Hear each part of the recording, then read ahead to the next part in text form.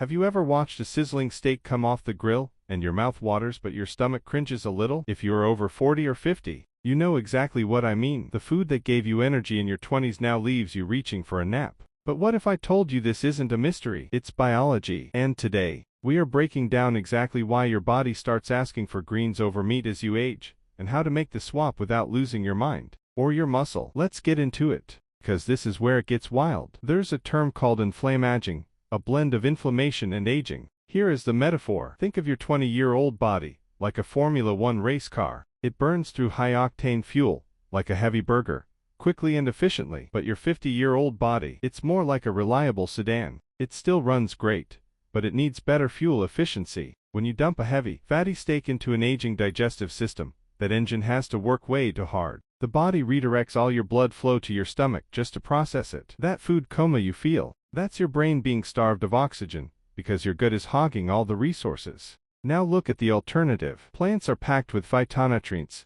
These are natural anti-inflammatory compounds. Instead of making your digestive system struggle, they glide through, feed your good gut bacteria, and actually act like little fire extinguishers, putting out the internal fires that cause joint pain and brain fog. We aren't saying meat is poison. We are saying that for an aging chassis, meat is just inefficient fuel. Alright, let's get practical. I'm not telling you to eat plain lettuce for the rest of your life. That's miserable, and it won't last. Instead, I want you to try something called hybrid eating. Take your favorite recipe, say, tacos. Instead of using 100% ground beef, use 50% beef and 50% finely chopped mushrooms or cooked lentils. Season it the exact same way. I promise you, you will not taste the difference, but you just cut the saturated fat in half and added a massive boost of fiber. If you look at the blue zones, the places on Earth where people live the longest, like Sardinia or Okinawa, they aren't vegan, but they eat meat maybe 5 times a month, not 5 times a week. Their plates are 95% plants,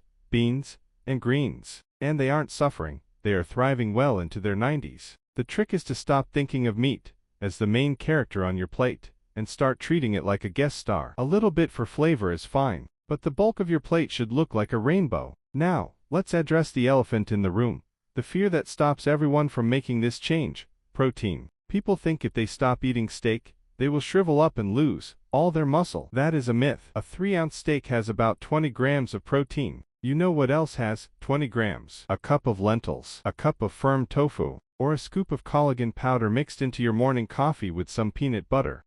As you age, your immune system gets weaker. But did you know that 70% of your immune system lives in your gut? So when you swap out meat for greens, you aren't losing muscle. You are literally giving your immune system the fertilizer it needs to protect you from sickness. It's a double win: clean protein for your muscles, and fiber for your immune defense. Alright, I don't want you to go cold turkey. That's a recipe for failure. Instead, I want you to try a 7-day plant-forward experiment. Here is the rule. For 7 days, build your plate like this. Half your plate should be non-starchy vegetables, greens, broccoli, peppers. A quarter should be whole grains or starchy veggies, like sweet potato or quinoa. And the last quarter should be protein, and try to make that protein plant-based for these 7 days. Do not weigh yourself. Do not count calories. I don't care about weight loss right now. I just want you to observe. Notice how you feel 2 hours after eating. Notice if that 3 p.m. slump disappears. Notice how well you sleep at night. You might be shocked to find that eating light actually makes you feel stronger,